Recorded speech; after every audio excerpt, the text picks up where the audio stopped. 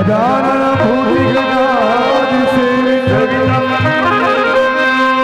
गजानन भूतिगणाधि सेवितं कपित फलसार भक्षणं उमासुतं सौख्यनाशकारिणं नमामि विघ्नेश्वर या देवी सर्वभूतेषु विद्यारूपेण संस्थिता नमस्तस्यै नमस्तस्यै नमस्तस्यै नमो नमः कर्पूर गौरम धर्मावतारम संसार सारं भुजगेन्द्रं सदा वसंतं हृदयारविन्दे भव भव